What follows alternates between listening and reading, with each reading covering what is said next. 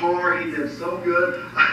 I did not have courage enough to go in that bird bathroom. No. I did not. Okay.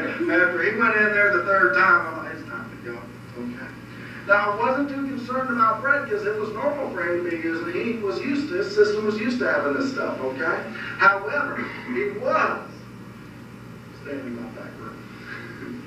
So when we got home, I asked him, I said, Brett, would you like to throw up? Do you feel a little nauseous there, bud?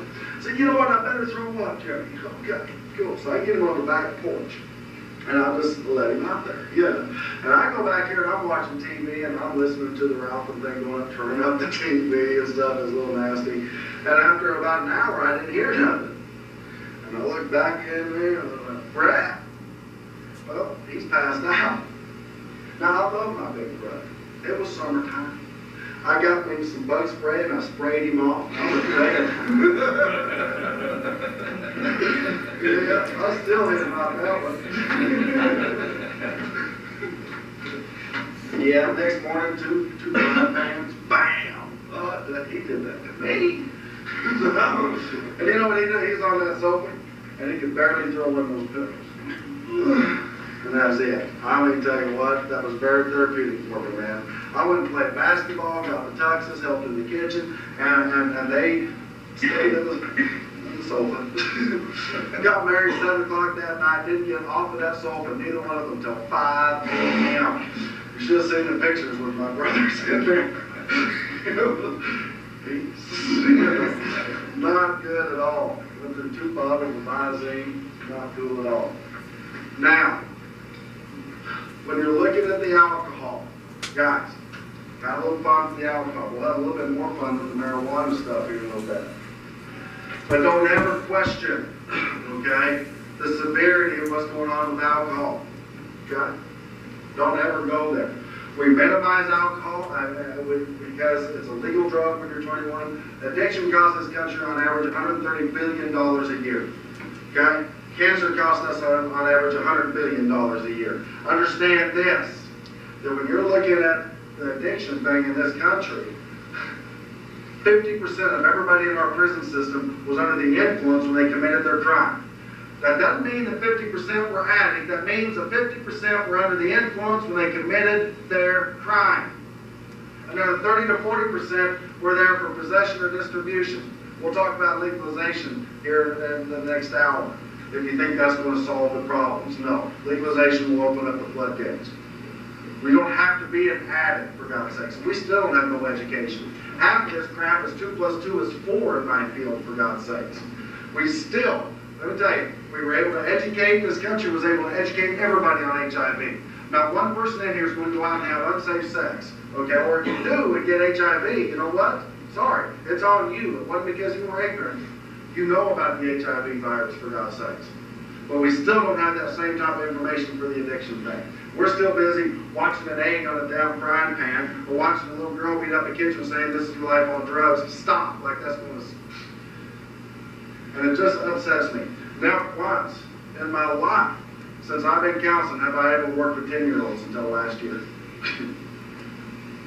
You know, maybe one of these days we need to get a clue. We keep minimizing alcohol usage, we keep minimizing marijuana usage, and we're terrified of coke and crack and heroin and all these other stuff. But alcohol and marijuana are going to lead to the other drugs as well. I mean, you know what? We just got to get this, man.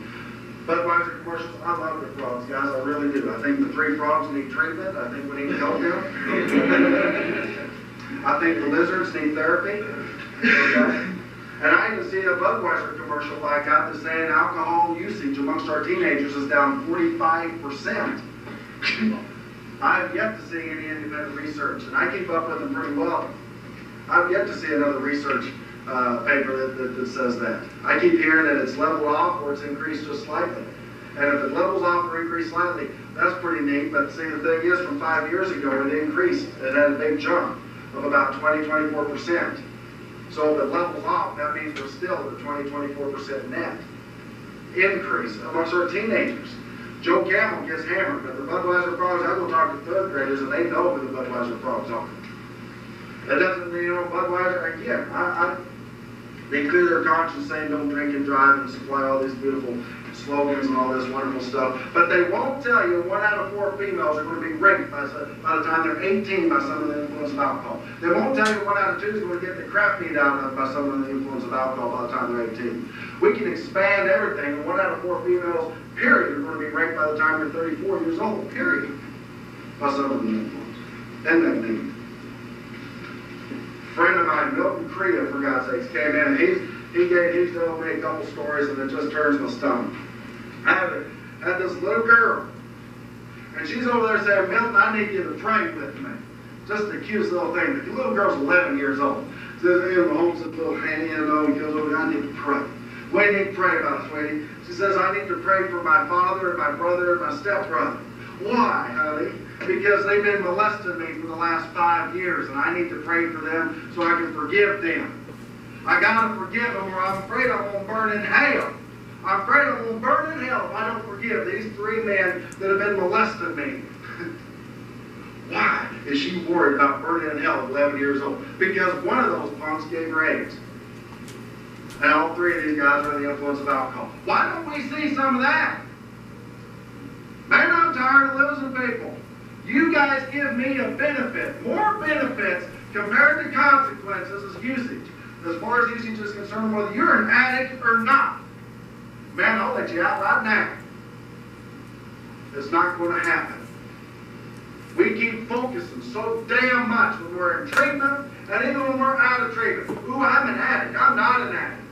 I get so sick of being a counselor sometimes because once people find out I'm a freaking counselor, they start giving me their spiel of why they're not an addict. You know what? I don't care. You don't make good decisions when you are under the influence. Don't get messed up and get behind the wheel with 3,000 pounds of logic to tell me, yeah, I'm perfectly safe. I drive better when I'm drinking. Why don't we get a clue? I'll never question we feel like it.